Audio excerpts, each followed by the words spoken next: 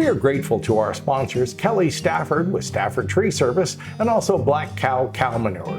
If you need your trees trimmed locally, remember Stafford Tree Service at staffordtreesvc.com. And please visit Black Kow Cow Manure, that's K-O-W. Remember, both of the contact details are in the description below.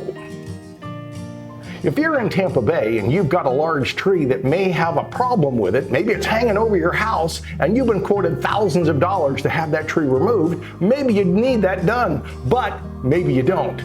Let us come out and take a look at your tree, give you an unbiased opinion, because I don't carry a chainsaw. We want to make sure we can save all the trees we can in Tampa Bay. They have borers, they have fungus. Give us a call, we'll come out and take a look at it, maybe inject it, and maybe save it. Hi, I'm Stan DeFreitas, Mr. Greenthumb for the Ask Mr. Greenthumb Gardening Segments. I want to talk a little about the ponytail palm, if you will. Sometimes it's called palm, but like so many things, you can call it a palm, but it's not. It's actually the asparagus family. And we've showed you some other plants, like the asparagus fern. That is not truly a fern, but like that, sometimes we kind of get misnomers, if you will, just because it kind of fits. It does have like a palm-looking leaf, but it also is kind of out there like asparagus, if you will. You can kind of see that it's a fifth cousin twice removed.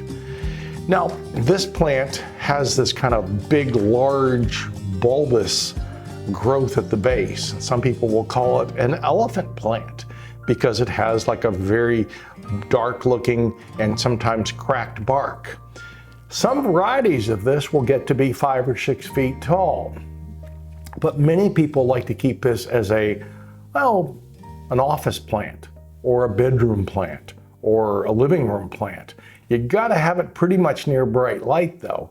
So you're gonna have to have it near either a bright light source, be it artificial, or near a bright window.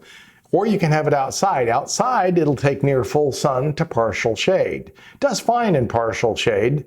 It probably grows a little better with more light. More light means probably more water. So it is one that eventually it comes up with a seed pod and you cut it off and it looks like it's dead, but it normally comes back out. That'll happen only though where it's getting a lot of light and it has to be pretty old. Probably 8, 9, 10 years, maybe older before it starts to bloom. So don't count on that right away. It comes up with a real nice fluorescent bloom, but it's kind of unusual to see. This one probably being kept as an office plant or maybe in your bedroom even, it would add something different to your look. It has the little ponytail, if you will, kind of the drifting look, if you will. And of course, it has an interesting trunk with that raised base. I would make sure you improve the soil, some peat, maybe some cow. Improve the soil. You may want to make sure it has good drainage. You also want to have it in a container like this. Make sure you have some drainage holes in the container. If it sits in water, you could get into some fungal rot problems. So this container is pretty, but you might even have it in a container inside a container so that you can have something that can drain inside. If you have it outside, you might wish to mulch it because you can help hold some of that moisture around it. You won't do very much pruning except occasionally it gets some browning on some of the tips, and you could actually come in with a pair of cutters or scissors and cut some of the brown off some of the edges, which will occur from time to time. You won't do any real division, but it could actually come off with side shoots that could be separated from the mother plant to start new little babies, if you will.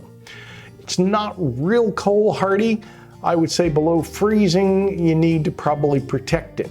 So if you've got an area that's going down below 32 on a regular basis, have it in a container.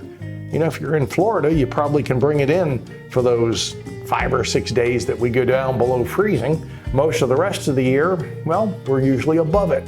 It's one of the reasons people come to Florida left and right and in between, because they're tired of shoveling snow. The ponytail palm is one that you can have in many different uses. We mentioned from patio to porch, to office, to bedroom, to living room. It makes a nice conversation plant, and it's pretty easy to grow.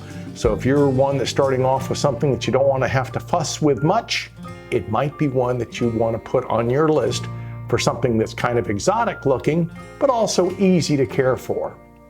Remember that, of course, new videos will be dropping on your favorite social media platform every Saturday at 10, so make sure we hit the garden group, the garden club, or your local civic group and say, hey, why aren't you watching the Ask Mr. Greenthumb Gardening Segments?